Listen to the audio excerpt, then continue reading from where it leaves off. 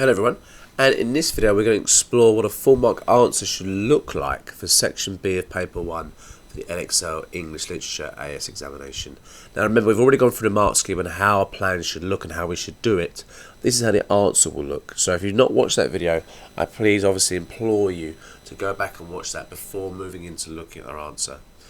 So how do I write the essay? So again, I want to make sure, as we said in previous exam videos, that we want to make sure we achieve marks immediately. So answer the question, get your debate going. You might also want to include some brief notes of context. That will help obviously to support your ideas as well.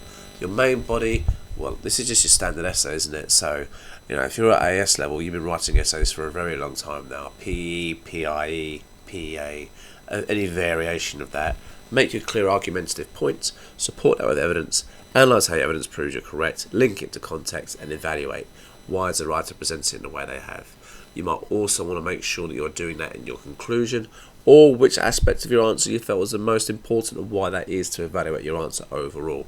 And of course, once we're finished, we proofread, because any minor mistake could cost you dearly. Here's our answer then. There is no doubt that Shakespeare presents love in Othello as something which is not only clearly patriarchal but unequal and dishonest. These later two ideas fly against the notion of traditional Christocentric idea of marriage. As highlighted above, Shakespeare clearly presents to his audience in the extract that love is something which is unfair. Whilst discussing the notion of adultery to Amelia, the character Desdemona remarks that nobody's heavenly light, she would not commit such a crime. This highlights the unfair nature of love, as even though the character has observed the traditional role of the subservient female, she has still clearly been cruelly treated by her spouse. Shakespeare reinforces this notion to the audience through the metaphor light, which represents purity and positivity, clearly connoting the innocence of Desdemona.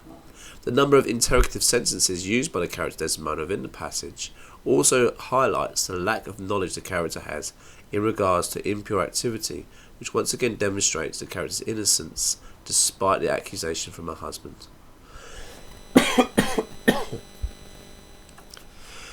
Shakespeare's motif of colour in reference to love is immediately used in a dishonest fashion by the character Iago, who claims that an old black ram is tupping your white ewe.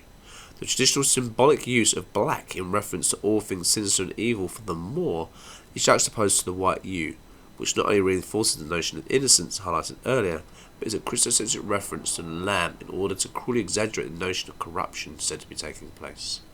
Alternatively, a psychological reading of this could be that the character Iago is jealous due to his love of the character Othello, and it is his jealousy or his hamartia rather than Othello's which instigates the tragic nature of the plot. You can see I start to move on to my second point. The form, structure, language is explored, alternative interpretations, reference to context. You see exactly how we should be doing that. Conclusion? Overall, the nature of love is seen to be truly of a pejorative, with none of the characters in the play remaining unharmed by its nature. Even Cassio is left physically, psychologically, scarred by the events. However, it is clear from a feminist perspective that love is most harmful to the females of the patriarchal world in which the play is set. So you can see how even at the conclusion, I'm making sure I'm addressing the argument, and again I'm overall highlighting in my evaluation part which element was more important. So thank you, well done. Let's move on to paper 2 and towards full marks for your examinations. Well done.